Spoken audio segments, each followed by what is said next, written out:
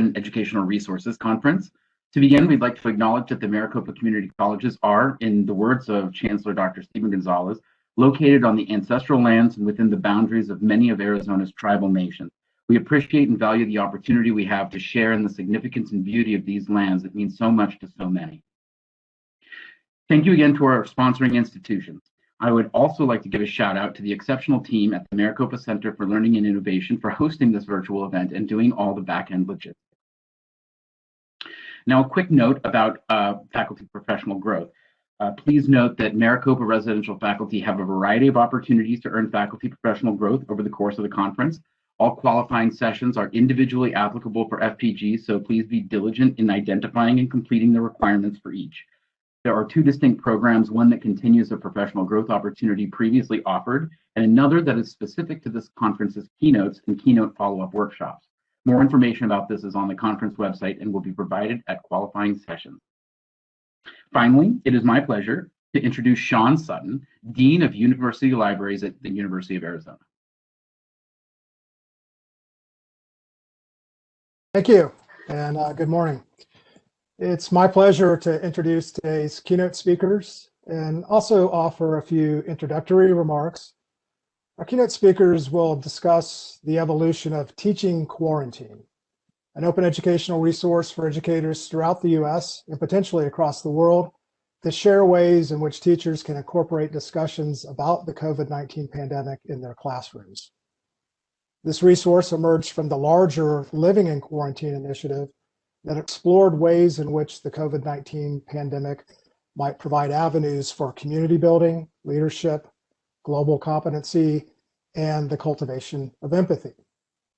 And I have to say, this topic really resonates with me in terms of a larger question that I've been thinking about over the past year, which is, can the global COVID-19 experience inspire significant accelerations in the utilization of open access writ large, including open educational resources?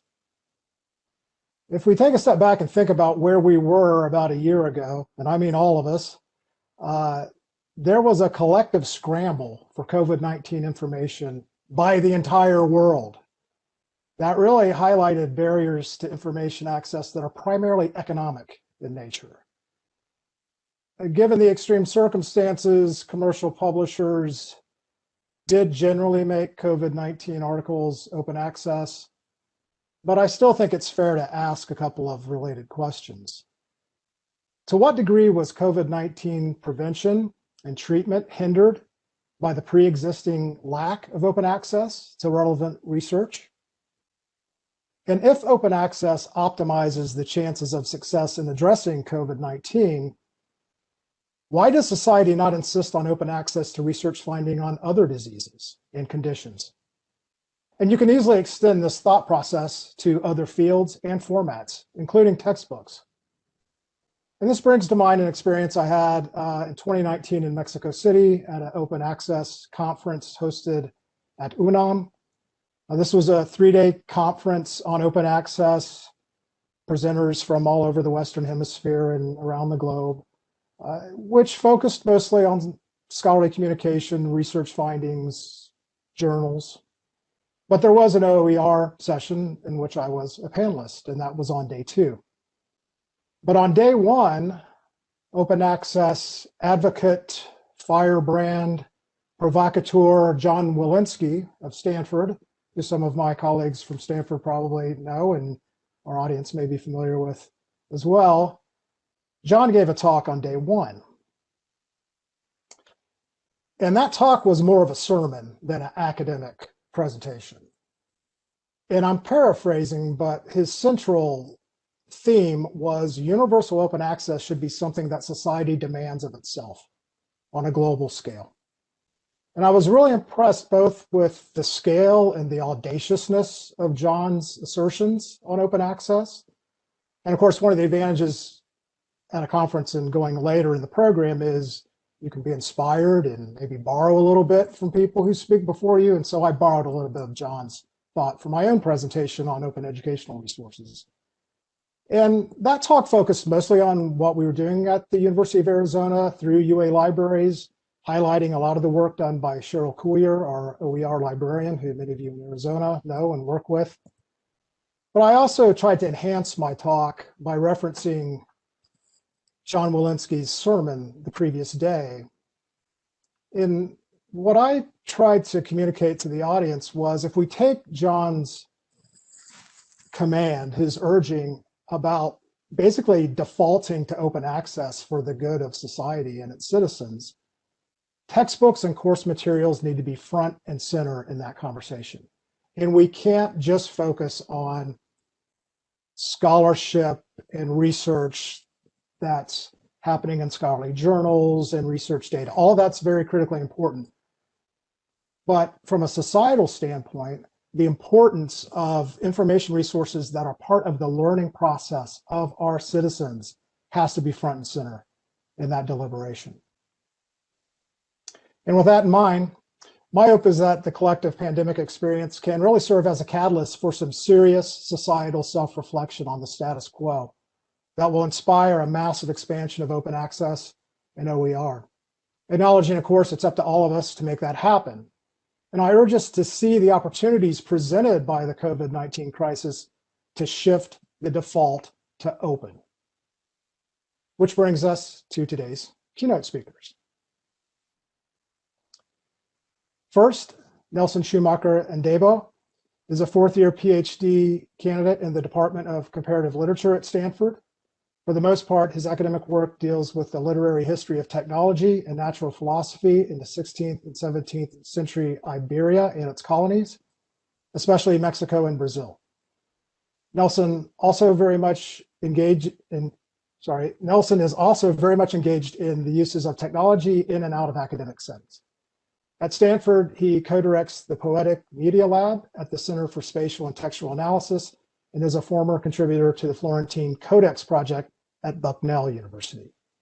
He also works with the EPIC Fellowship staff of Stanford's Global Studies Department, where he helps community college professors develop global curricula and integrate technology in their classrooms. Our second panelist is Ellis Schrieffer, a fourth-year PhD candidate in the Iberian and Latin American Cultures Department at Stanford. She studies contemporary Spanish social movements, urban activism, and community-established public spaces, or espacios autogestionados, with an emphasis on understanding how diverse urban communities establish a sense of collective identity through their social practices and cultural production. Ellis holds a BA in Spanish from the University of Otago in New Zealand, and an MA in Spanish and Portuguese languages and literature from New York University. Our third panelist, Farah Bazzi, is a third-year PhD candidate in early modern global history at Stanford.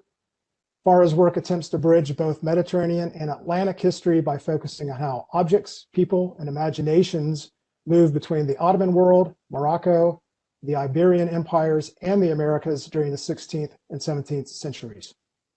Furthermore, Farah's research interests include empire, environmental thought, race, indigeneity, cosmology, and conquest. Farah holds a BA in political science, a BA and MA in Middle East studies from Leiden University, and an MA in history from the University of Chicago. Besides her academic work, Farah takes great pleasure in writing poetry and dedicating time to the art of cooking. And our fourth panelist, Dave Dillon, is a distance education coordinator and professor of counseling at Grossmont College. He currently serves as a regional lead in the Open Educational Resources Initiative of the Academic Senate for California Community Colleges.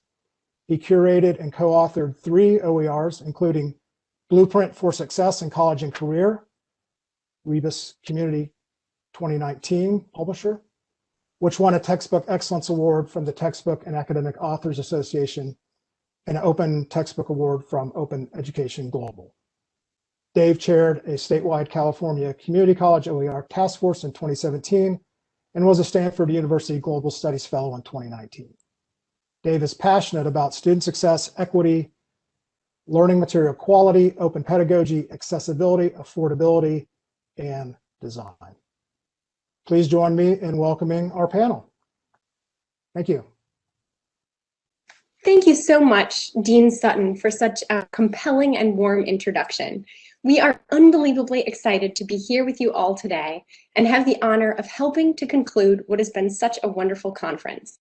So just to start off, as many of us continue to learn and grow with acknowledging Indigenous land and actions, we also want to amplify previous keynote speaker Jasmine Roberts' comments regarding how sometimes land acknowledgements may come across as performative and the importance of continuing to explore and investigate how higher education institutions have benefited and continue to benefit from the theft of Indigenous land. So with that preface, we will acknowledge that Stanford's campus is located within the Muwekma Ohlone territory and that Grossmont College resides on Kumeyaay land. These land acknowledgements are just the beginning of work that needs to be done, and we honor and respect Indigenous peoples and their connections to the land, and we favor depicting a more inclusive and accurate history. We also want to make it known that we have the privilege of speaking to you during Black History Month, a celebration of Black achievement that we should observe not just in February, but rather each and every month. With this also comes the recognition of all the amazing African-American scholars in open education. Now, as for today's presentation, we'd like to talk to you a bit about our foray into open education nearly 1 year ago with our project, Life in Quarantine, Witnessing Global Pandemic. While we trace the development of this project over time, we want to reflect on the importance of collaboration and inclusivity, what OE leadership means to us, and how we hope our project might serve as an example of how you can get involved and get others involved in this warm OE community. So on that note, let me pass it over to Nelson to get the ball rolling. Well, thank you, Dean Sutton, and thank you. So hi, everyone. It is such a pleasure and honor to be here with you today. So to begin, let us take you back to March 2020 when we started Life in Quarantine. And first, I would like to share a personal story. I was born and raised in Rio de Janeiro, Brazil, and moved to the United States about 14 years ago. My family is still all down there, and unfortunately, I don't get to see them as often as I'd like. I went to Rio for my brother's wedding in 2017, a few weeks before I started my PhD at Stanford. In July of 2019, my brother announced he and his wife would be having a baby, so I went ahead and booked a flight for early March 2020 to meet my baby niece, who actually turns 1 year old tomorrow. As you can imagine, I was very excited. We had a new family member to welcome, and that would be my first visit since the beginning of my doctoral studies. February was a crazy, crazy month. COVID finally arrived in California. Santa Clara County issued a number of unprecedented health orders, and Stanford made intense efforts to move all university activities to remote conferencing and to evacuate campus as quickly as possible.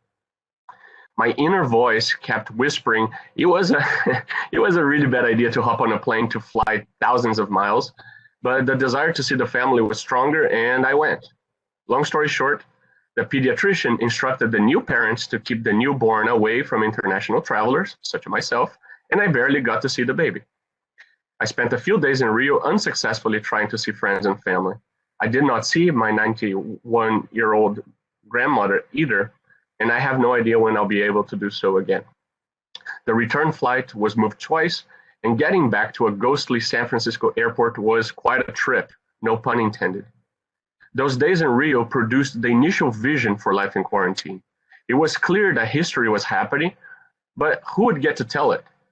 So I wondered, how are other people living in this pandemic? What if there was a way to create a real-time historical archive for other people to share what they were going through? At that moment, nothing seemed more important. And so I got my friends and colleagues Alice and Farah on board. And at the end of March, we were already working on our project. So March was a similarly surreal month for me and my loved ones back home. In 2018, I moved to the United States from the Netherlands. to pursue a PhD in history. And I had to say goodbye to family and friends and had closed a chapter of my life and embarked on a new journey. When the pandemic started, I experienced the intensity of time very clearly for the first time in my life. On the one hand, I really wanted to stay in the United States to preserve a feeling of normalcy, but this proved to be extremely difficult, and the more it became so towards the end of March. On the other hand, during the stressful and uncertain time, there was nothing that I wanted more than to be, close to my family. Neither me nor my family could give a clear answer to the question, so, and now what? So eventually, I decided to return to the Netherlands as the university announced their switch to online teaching. I was able to get on one of the last direct flights to Amsterdam from SFO. Currently, I'm still in the Netherlands and have no idea when I will be able to return back to the US. The pandemic has deprived me and all of us of any certainty that would enable us to think or plan for the future. While we used to think months, years, decades ahead, now it has become clear that things might abruptly change without our control. As a historian, I often think about the way in which people will remember this historical moment in the future. Therefore, in order not to lose the various and often contrasting experiences of people, it is crucial to encourage people to reflect back and write down their thoughts on how this pandemic has changed their lives. But the archive is not solely important for the future, given that we can share these stories from across the world on our archive and our website. People can also engage with them in the present moment, and that is truly what makes this archive so special. Greetings. Thank you again, Dean Sutton, for your warm welcome and important words. March is a year now in the rear view, but feels often like a decade ago. My March was filled with incessant checks to see if plane tickets for my family of 4, booked more than 6 months prior to Tokyo for spring break in early April, would be refunded. It also meant my partner and I began adjusting to working remotely full-time, feeling grateful to have our jobs. We nervously washed our hands every 20 minutes and tried not to touch our faces. My daughters began learning remotely, found other things to do when their activities were canceled, and I worried about my aging father in an assisted living facility. We quickly found it was physically impossible to be in Zoom meetings all day, get our work done, parent responsibly, and provide tech support, emotional support, tutoring support, and pandemic support to our daughters and to each other. The most challenging of all juggling acts began, and we found solutions, fell on our faces, incurred fits of frustration, and tried again. We managed as best we could with the health crisis, budget crisis, and further recognition of inequities.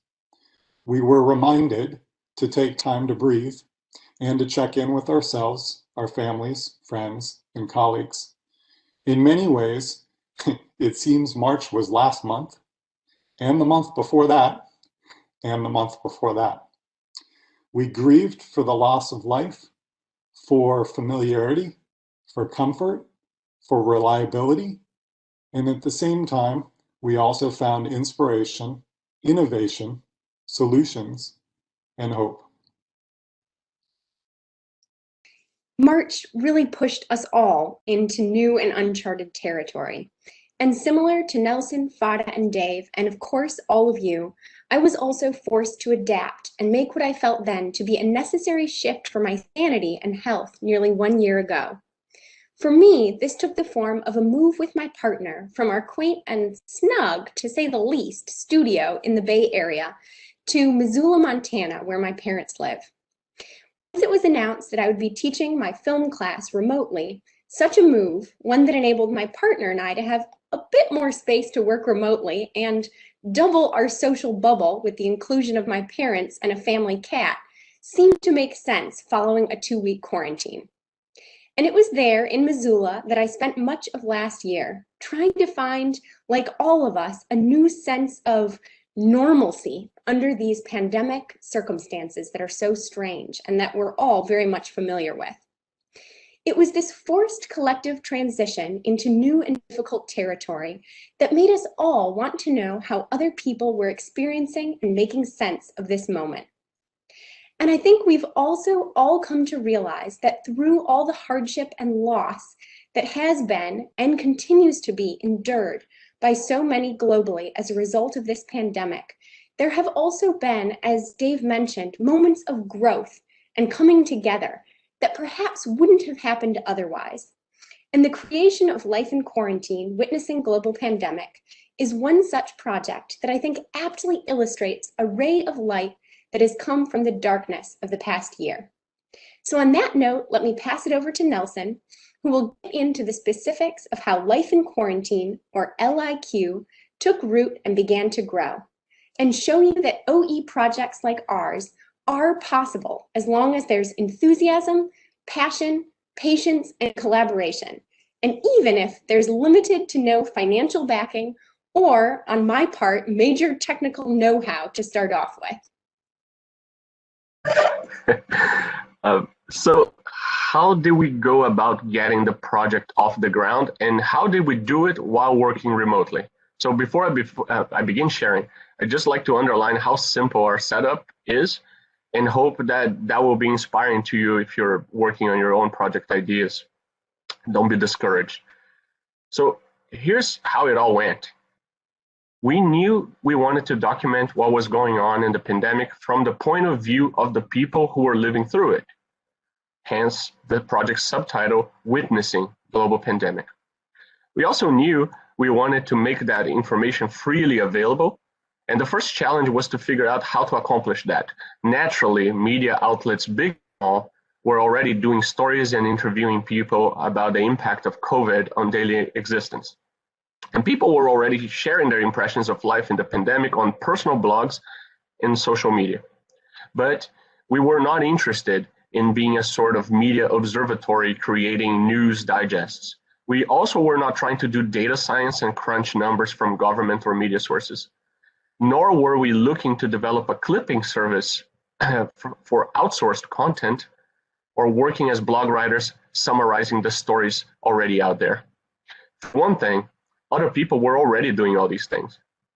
But more importantly, this was about all of us. It was about the world we shared.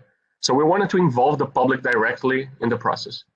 So we decided to create a framework to collect, store, and faithfully share personal stories submitted directly by the public without changing a single word. Something created in collaboration with the public and something that we could offer back to the public as a community resource. However, to create such a site required getting over some technical hurdles, as none of us had, as Alice just mentioned, any background in computer science or website development.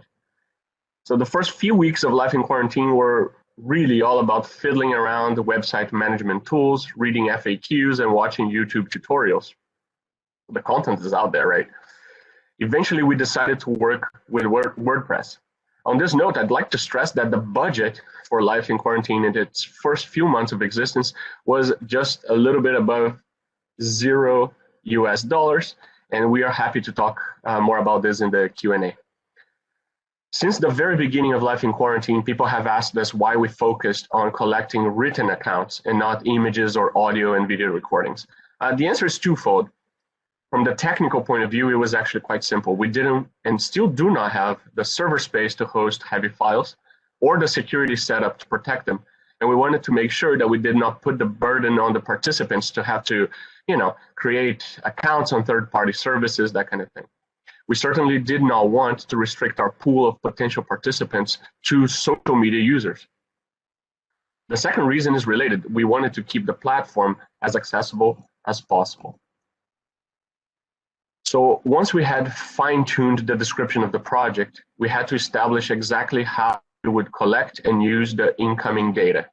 We decided to use a submission form focused on stories while also including optional demographic questions.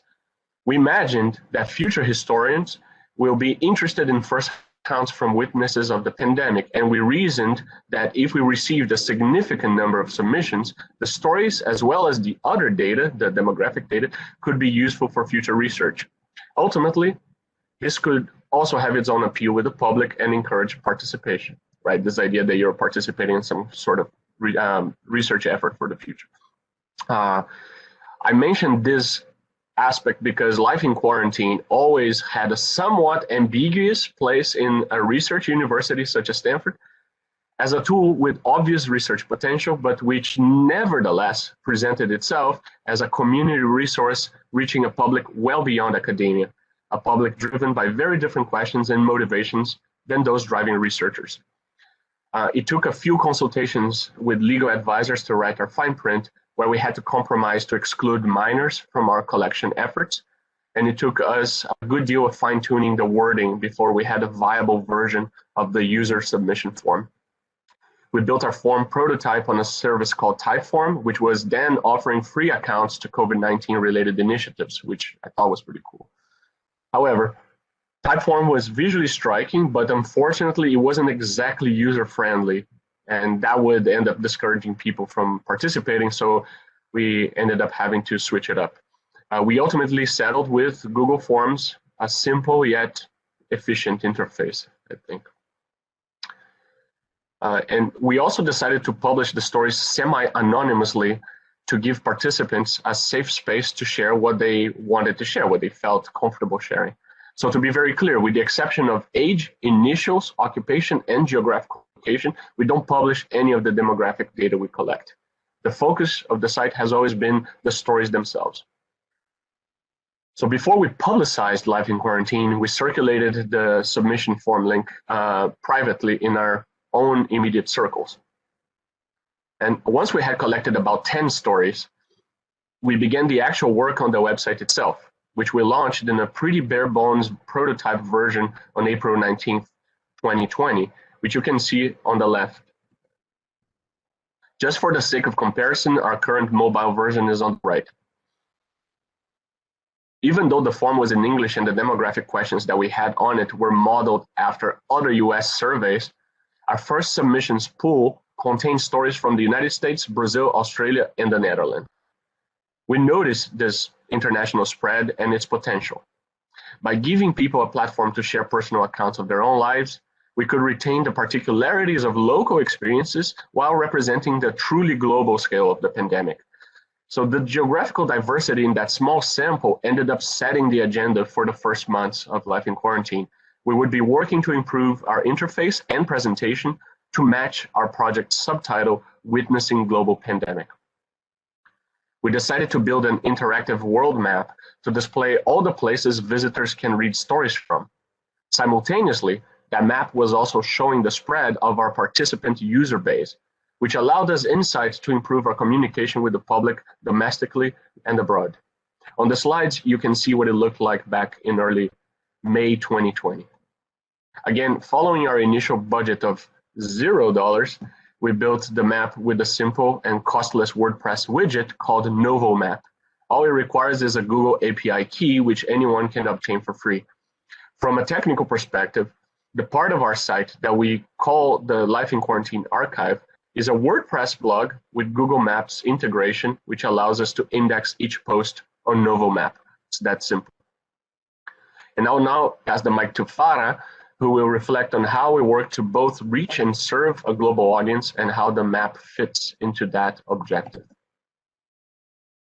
So as Nelson mentioned, there are various factors that have had to take place for us to be able to reach international contributors and present global experiences on our website. These include our map, our outreach efforts, and making the submission form for stories accessible through the use of different languages. So let me start with the map. It is one of the most important features of our website as it gives a visual representation of where our stories come from. The map demonstrates the sheer geographic scope of the pandemic, which speaks to our global objective in our subtitle, Witnessing Global Pandemic. So how can you use it? Well, when you look at the map on the main page of our website, you'll see two differently colored pins, an orange and a green one. The green pin represents a cluster of stories with a number telling how many of them are eventually included. When you click it, the map zooms in and reveals each story as an individual pin. Meanwhile, the orange pin shows you a single story. Our aim is to eventually crowd this map with a lot of green pins. And as you can see on the screen, we are heading in the right direction. But if you know anyone in Antarctica, encourage them to submit a story because it's the only continent we're currently missing. So how do the pins end up on our map? To make this happen, people have to know about our project.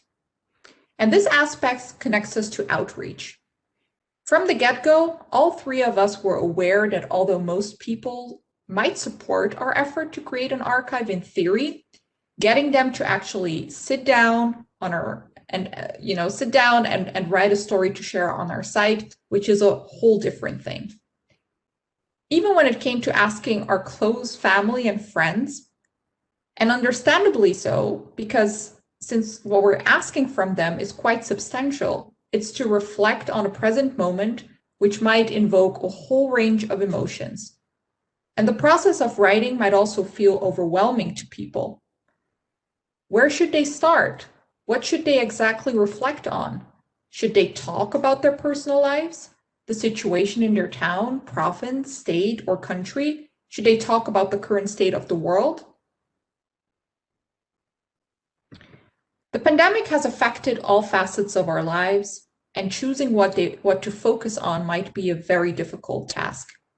To recognize this, we provide open-ended guiding questions that can assist those needing additional help in finding a direction to write in.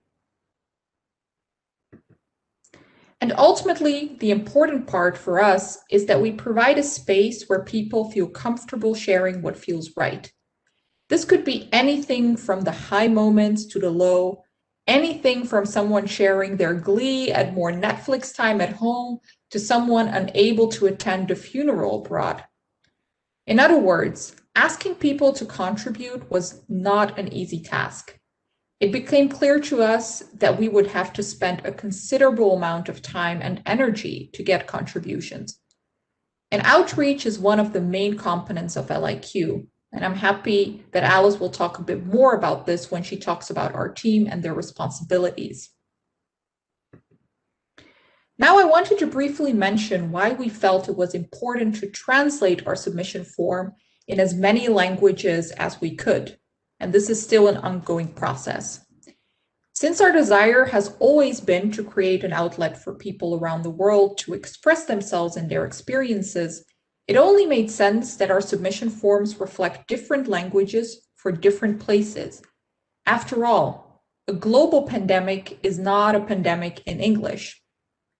On that note, as Nelson said, we don't edit the stories and rather publish them exactly as they are written, in whatever language the writer chooses. If there isn't yet a submission form for a particular language, we still encourage submission in that specific language. So currently, we're happy to share that our form has been translated into 15 languages in Dutch, Arabic, Spanish, Korean, Turkish, Russian, Japanese, Thai, Chinese, both traditional and modern, Portuguese, Swahili, Hebrew, French, Italian, and Tagalog. And we're excited for more to be added over time.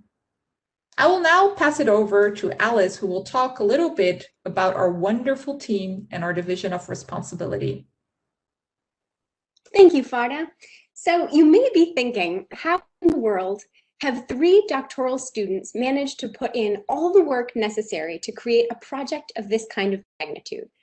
To which I must assure you, our project is the way it is purely because of the dedicated team of undergraduate students and community volunteers who have been with us since the beginning. They have not only inspired us and provided the momentum this project needed to develop, but they have also been the creative and technical powerhouse behind so much of what this project has and is. And in a perfect world, we'd be on this virtual stage with all of them. In the first month or so, back in March, it was just Farah, Nelson, and myself.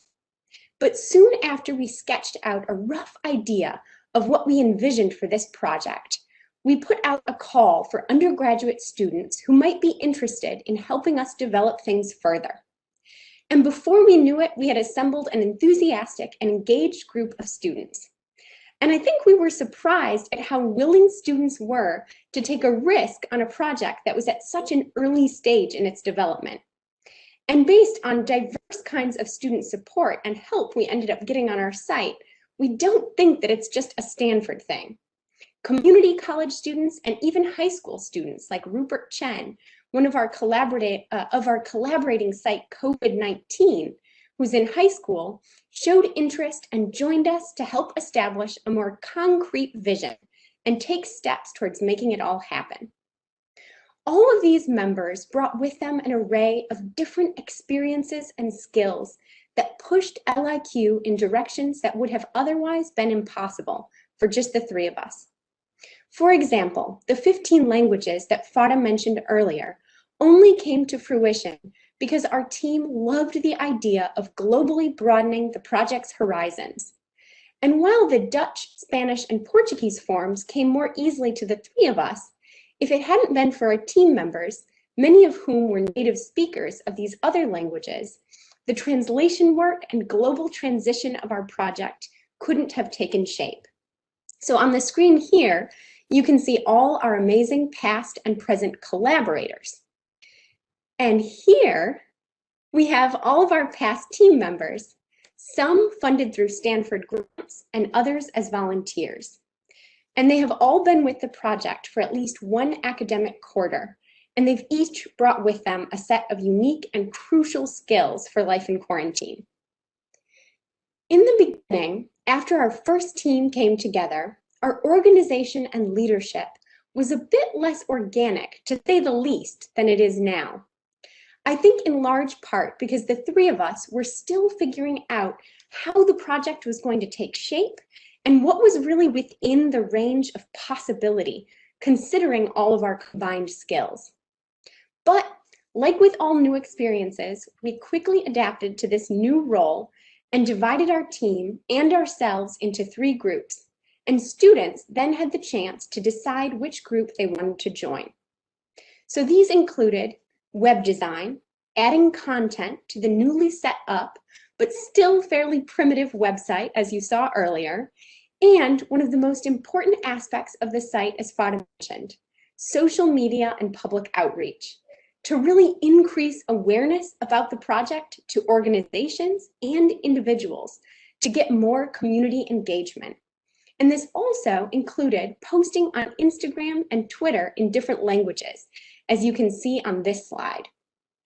These group designations had plenty of overlap. And by the time summer came around, we all sort of naturally filled the roles that needed work and had a fully functioning site that was growing in new directions every few months. So this brings me to address more directly the aspect of leadership on our team.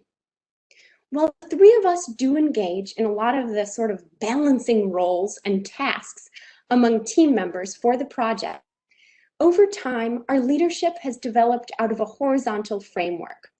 In large part, I think, because none of us had previous experience working on a website, much less a multifaceted open education platform that deals integrally with different communities around the world. We were and are all still learners, and I think this humility towards our roles and the roles of our team members enabled us to perhaps better communicate and better brainstorm possibilities. And while our team size continues to ebb and flow with each academic term, we have managed to create a kind of family around our collective passion and excitement for what's to come. So currently, our team consists of Alana and Hannah, who have both been with us since the beginning of the project, along with Ariana, who joined us last summer, Nicole, who only just became a volunteer for us. they've really each found sort of niches within the project to call their own and to manage, while simultaneously weighing in on brainstorming sessions and collectively solving all of the hiccups that inevitably arise. So for Alana, it's blog writing and outreach and interviewing for our newest Teaching Quarantine initiative, along with doing all of our graphic design and creating LIQ's visual identity, similar to what you see in this presentation today. For Hannah, it's site upkeep, general outreach, and the Art in Quarantine initiative that we're so proud of. And for Ariana, it's managing our Writing in Quarantine initiative, as well as social media. And for Nicole, it's creating innovative new ways to up involvement and participation via Instagram. Certainly no easy feat. So in summer, we were also approached by a high school student from San Jose, Rupert Chen, who had been working on his own similar but much smaller initiative called COVID-19, where he collects stories from high school students around the world. So we began a partnership with him and his project that has really allowed us to reproduce the stories from COVID-19 while simultaneously giving Rupert's project active support and visibility on our social media channels, thus resulting in more stories for his site. This is a great example of how projects with similar goals can mutually benefit from working together. Overall, the work and dedication that these students put forth is truly invaluable to the project's growth and success. And I'd like to say that we've all learned so much along the way, both from each other, but also about how the process of starting an open education resource can take shape from just a little seed of an idea, thanks to collaboration, collective passion, and a dose of lucky coincidence along the way. And for us, this lucky collaboration with Dave Dillon is testament to how, when you're enthusiastic about something, people notice, which is how Dave came to be an integral part of life in quarantine. On that note, I'll pass it over to Dave, who will tell you a little bit more about how he became involved and how his role as a professor and OE advocate aligns with the work that LIQ does. Thank you, Alice. In listening and reflecting on some of where this began, I'm just so inspired by my three colleagues, and I think their work and their innovation and their vision really inspires and gives me hope for the future and generations to come.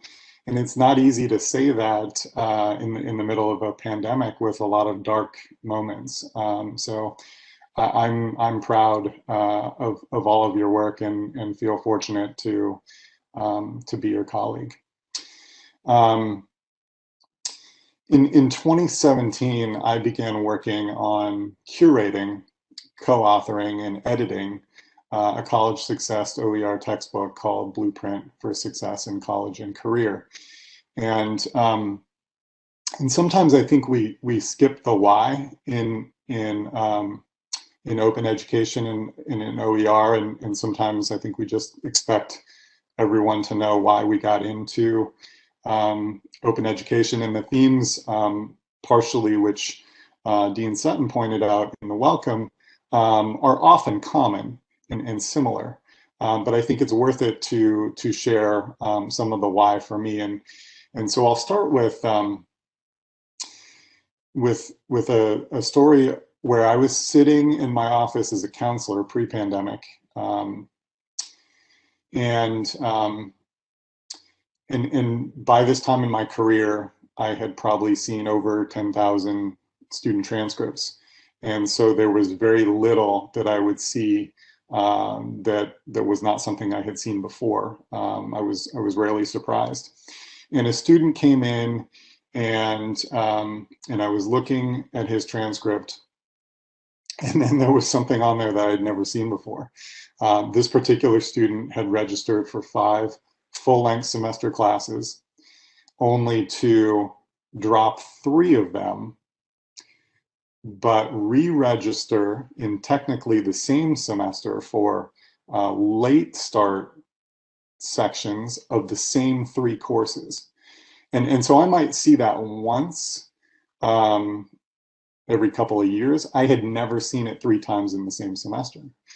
And so I respectfully and thoughtfully tried to ask the student some follow-up questions because I was genuinely curious, and I, was starting with maybe a false assumption or premise, which was, what would make a student think that they could be successful in a short-term class if they probably weren't going to be successful in a full-length class? And so, honestly, I think I got lucky because the student felt comfortable enough to share the truth. And the truth was that he said, I want to go to college and I couldn't afford my textbooks. And I thought I could skate by and maybe pass without them. And in these 2 classes, I could, but in these 3 classes, I really couldn't. So I had to drop them. And then he continued and he said, but now I have a part-time job, and I was looking in the class schedule and I noticed that these sections of the same classes that are taught by different instructors require different textbooks, and they're less expensive than these ones in the classes that I was in before. And I'm having multiple aha moments of almost falling out of my chair. Because while I kind of knew that that was the case, it didn't really hit me in the face like it did in that moment. So the student finished sharing that, and I thanked him. And I let the student know I wanted to support him, and I hoped that we would have, more discussions about how to resolve barriers and how I could support him being successful.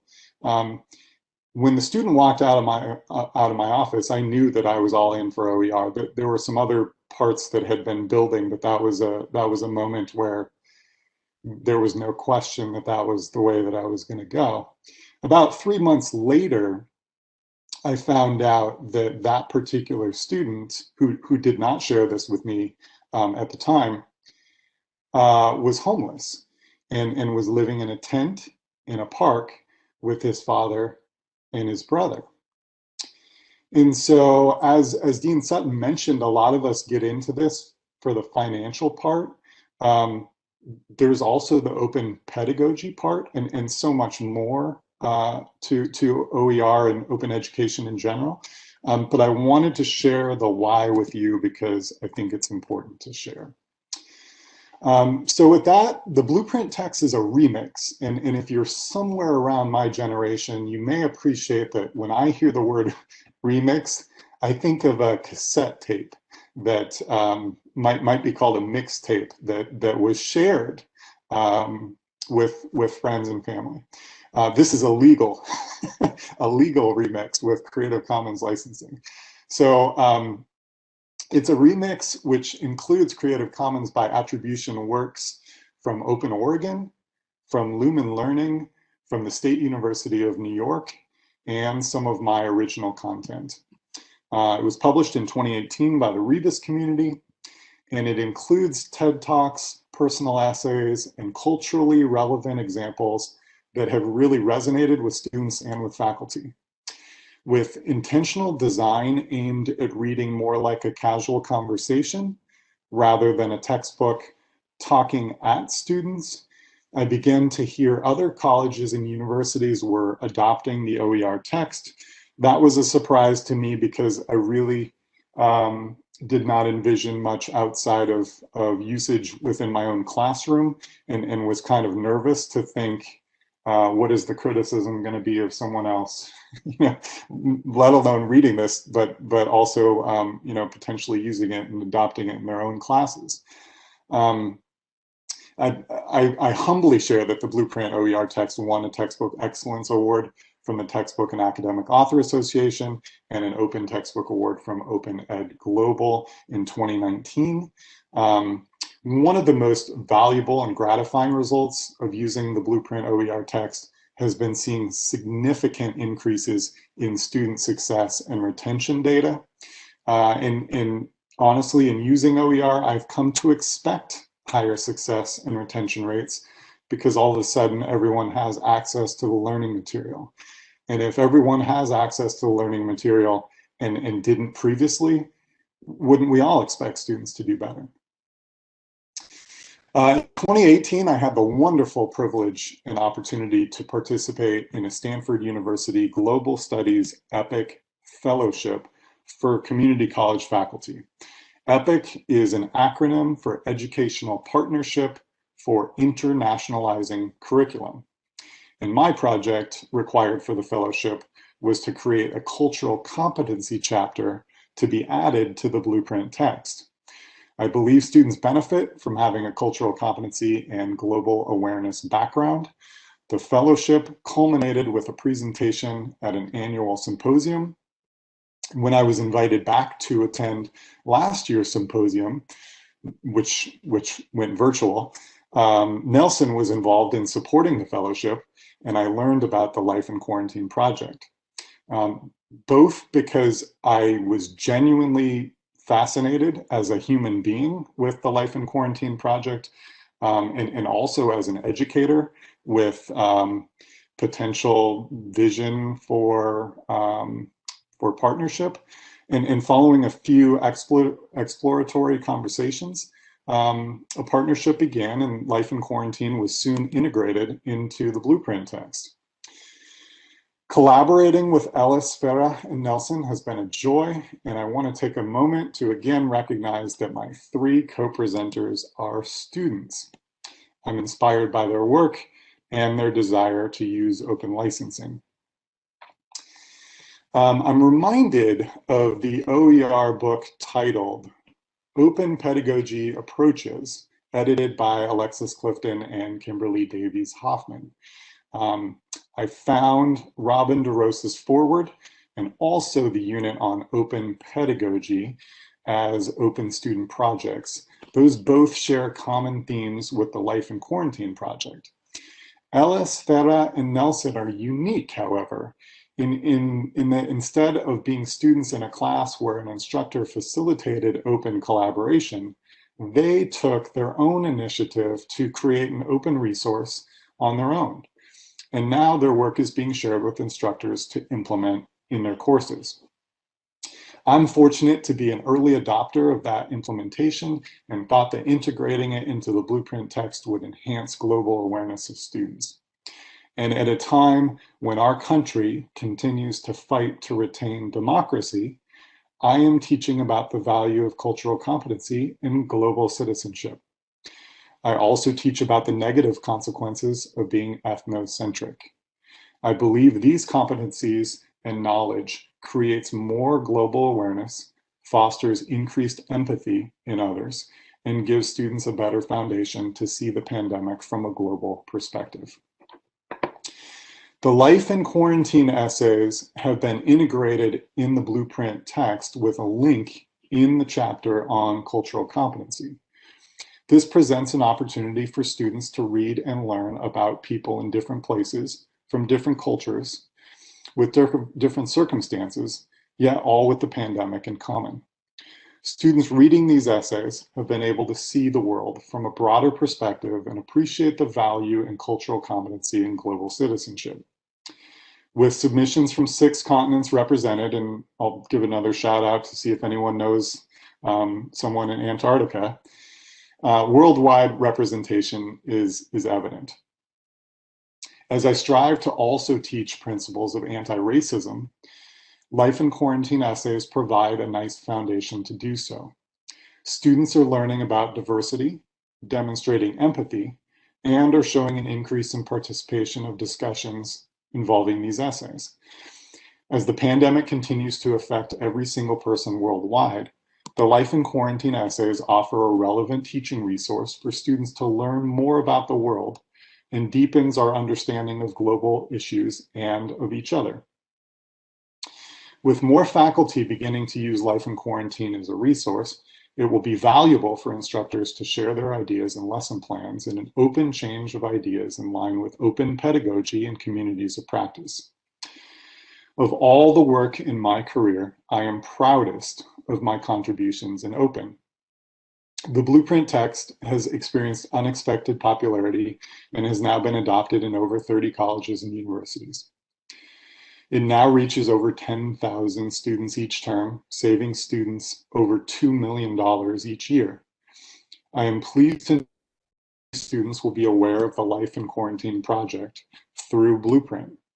The Blueprint text was recently integrated into the Maricopa Open Digital Press catalog, and as one of my students said, this is a positive example of community spread. And with greater influence, I recognize there is greater responsibility. As we continue to think about leadership in open education, I would like to share a few thoughts with the social justice intersection. First, I want to put a spotlight on a quote that Jasmine Roberts shared in her keynote a few weeks ago. Cisgender white men from Western countries make up about 20% of the global population, and yet they are writing 80% about the world. As a straight, able-bodied white male, I am aware of my privilege in our society. As an OER curator, it was important to me from the beginning to seek out diverse authors in the remix. I would say that I have been successful in that Blueprint has content from original authors who are women faculty and who are faculty of color. I continue to have a responsibility to include and amplify voices of more female authors, more authors of color, more LGBTQ authors, and more authors of differing abilities. This is where I would like to see a focus of leadership in open education on the importance of inclusion and diversity. I think it is important that white males are not the only predominant authors and voices in open education, and there is complexity in carrying that out. Sometimes this involves compensation for open authorship and contributions. I think the open community needs to identify and support compensation for women faculty and faculty of color to contribute to open education. Additionally, I am interested in seeing open education leadership promoting anti-racism, diversity, equity, and inclusion. And I'm going to share 3 examples with you. First, here are 2 sentences from an OpenStax sociology text. Quote, institutional discrimination can also include the promotion of a group status, such as in the case of white privilege, which is the benefits people receive simply by being part of the dominant group. While most white people are willing to admit that non-white people live with a set of disadvantages due to the color of their skin, very few are willing to acknowledge the benefits they receive, unquote. These sentences reflect progression and positive change in comparison to the sociology textbooks I read as an undergraduate 25 years ago. Second, until a few years ago, all the major anatomy and physiology textbooks only depicted white males in their representation of the muscular system. There may be many reasons for this, one of which is that males on average have more defined muscles than females, and thus were perceived to be easier to see for beginning students. But what impact does it have? And what message does it send to female students and students of color not to be depicted in textbooks teaching about human bodies? After someone asked A&P textbook authors why only white male illustrations were shown, one of the texts changed and included images depicting muscles in an adult Black female. When students see examples of themselves in textbooks, they can better engage in learning and have greater opportunities for success. Third, an engineering student at Boston University was taking an Introduction to Logic Design course in 2020. One of the main principles of the course centered around a topic called master and slave circuit. And the textbook used this terminology. The student wrote a letter to the publisher who is working on republishing with new language. It is my opinion that leaders in open should continue to press for anti-racism actions and inclusiveness in terminology, images, historical figures, references, and all aspects of textbooks and learning materials. How does the textbook you are using measure? Here is another benefit of OER. New open texts can be designed with diversity, equity, and inclusion principles, and older open texts can make changes much quicker than commercial textbooks. It is said that if doctors practiced medicine the same way they did 25 years ago, it would be malpractice. Are teachers teaching differently in higher education than we did 25 years ago? It takes courage to make change, and I hope you will join us in making positive change.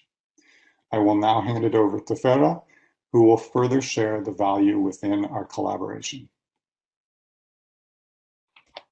Thank you so much, Dave, for your super kind words about us and about the project. But above all, thank you so much for introducing us to the OE community, which we are so delighted to be part of. Our partnership with him as an OE advocate allowed us to imagine ourselves as part of this broader collaborative effort and meet folks like all of you. He was not only willing to incorporate various stories from our open archive into his textbook, but he also dedicated a lot of time to brainstorm with us about ways in which we could make our website a more useful resource for the broader education community. Thanks to our collaboration with Dave, we learned more about Creative Commons licensing and how it could increase our site's accessibility and community potential, while it also allowed us to move in surprising and exciting new directions. One such exciting new direction is the recent launch of a new initiative called Teaching Quarantine, which allows teachers across the country to share resources that are helpful for incorporating pandemic-related discussions in their classrooms. While it's still work in progress, or better said, a beta version, Teaching Quarantine originated from a collective vision to crowdsource resources, have a platform to communicate amongst educators, share our teaching and learning experiences, and work together to make the teaching load easier for everyone during these difficult times. Educators can use our archive, like Dave has illustrated with Blueprint, but they can also submit various teaching tools like syllabi, exercises, assignments, statements of teaching philosophies, etc. As you can see here with one example from the sociologist Shulan Vasquez. Of course, we encourage educators to incorporate LIQ into their teaching, but our ultimate goal is to help teachers find productive ways to incorporate the pandemic into their classrooms and make the result of our collaboration available as a resource for others. Here is a screenshot of 2 other video resources we have on our page from professors and students who are working in creative ways to discuss and grapple with the pandemic in their classrooms. It's our hope that these can serve as an inspiration or simply be horizon broadening. We truly believe that creating this initiative is a worthwhile pursuit. After all, we as instructors were not prepared to respond adequately to the various challenges of the pandemic because we didn't see it coming. This challenge that we know instructors and educators are facing everywhere makes us realize the precarity of education in crisis. Therefore, we find it crucial at this point to focus on building a network within the education community to create accessible resources together so that we can be better prepared for any future. We coined the term crisis pedagogy to describe our new initiative and future initiatives that allow teachers to address dramatic ruptures and changes in society in their classrooms.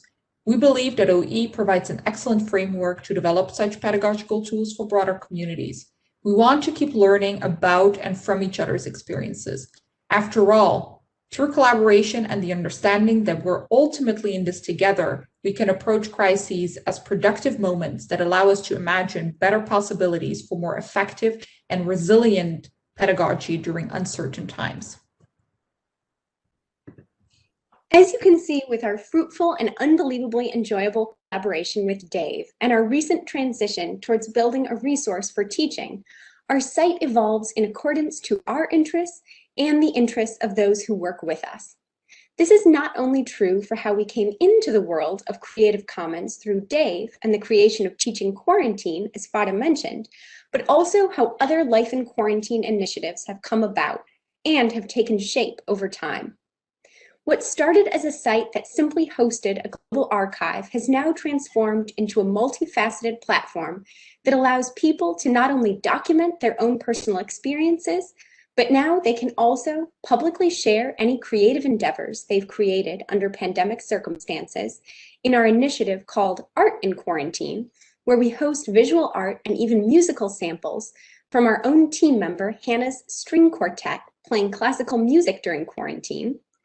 They can also submit longer stories or multi-part pieces about how the pandemic is shaping the lives and outlooks of those around the globe through blogs in quarantine, just like the journalist Iona Mendoza in the Philippines, who wrote a short series on people there and their experiences with dealing with COVID. Or they can share creative writing in any form, poetry, narrative, etc., in our Words in Quarantine initiative run by Ariana and supported immensely by our kind of writer in residence, the collaborator and poet/writer extraordinaire Mega Sood, based in New Jersey. So as you can see, our site is constantly evolving with the new members we're bound to have in the future. And we know that it's going to continue to grow and adapt to the needs and desires of our audience and team. So let me pass it over to Nelson, who will close off our presentation, or begin to close it off. I know we're a little short on time. So what are main takeaways from the first year of life in quarantine? Well, one thing we've learned for sure is that managing a project is much more than executing an idea or making sure that the sum of the parts lead to specific results, as though all we had to do is follow through a series of instructions that fulfill a certain definition of success. When we started, we had a vision. As soon as we began to implement it, some doors closed on us that we expected to stay open.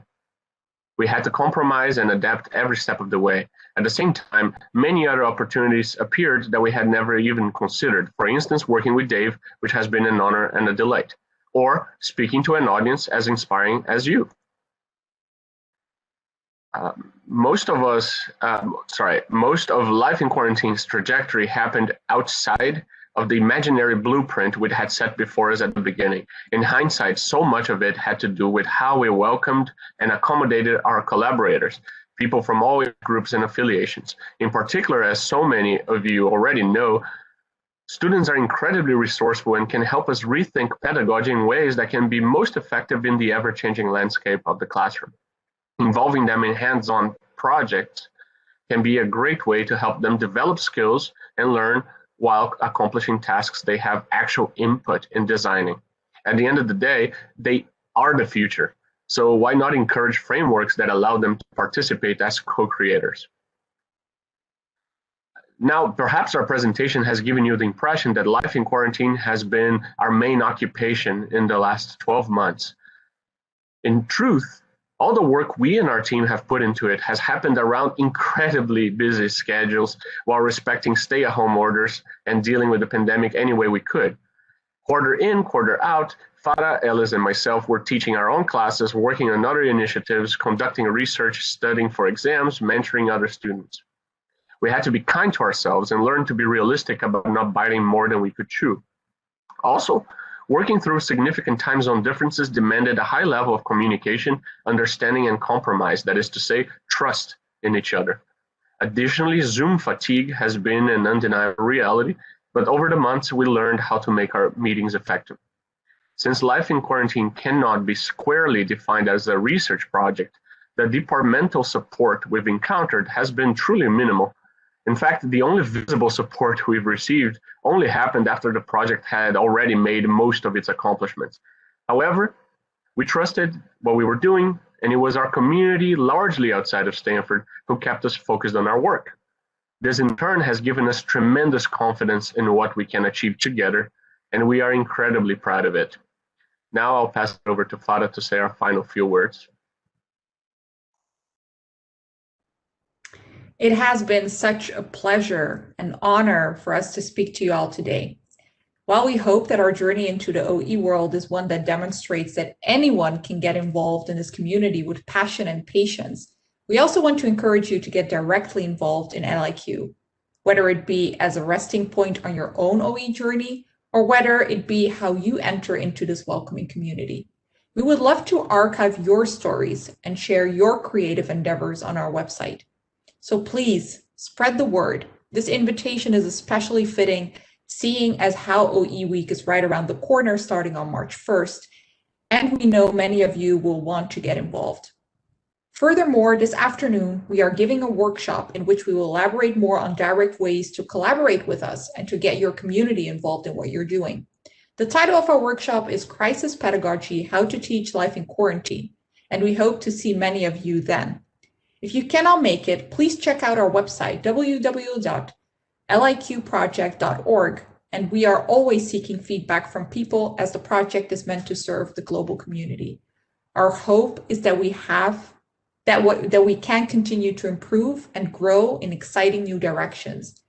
So on behalf of the whole team, thank you all very much for having us today. Thank you.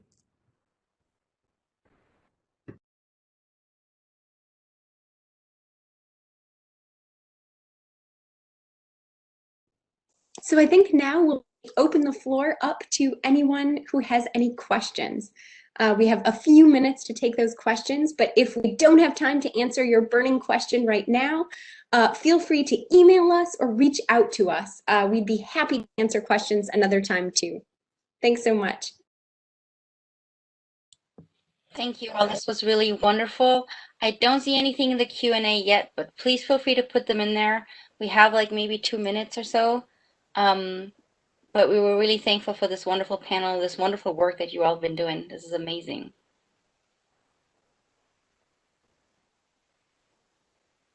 So I do have a question in the chat that asks, how long do you anticipate this to go on? Yeah, I can take that question. Thank you so much. I hope I'm pronouncing your name right. Is it Andrea? I think right now we're just sort of taking each day at a time. I think we are all hoping and are equally hopeful that this will sort of be, this moment will be behind us in some way or another soon, certainly with the vaccine rollout and things like that. But I think also there have been some changes that are lasting. And so I think having this archive and having these different resources available in the future, even if we aren't getting contributions, say 6 months from now, which I mean, in a perfect world, we wouldn't be, right? We'd all be, you know, healthy and sort of coming on the other, out the other side.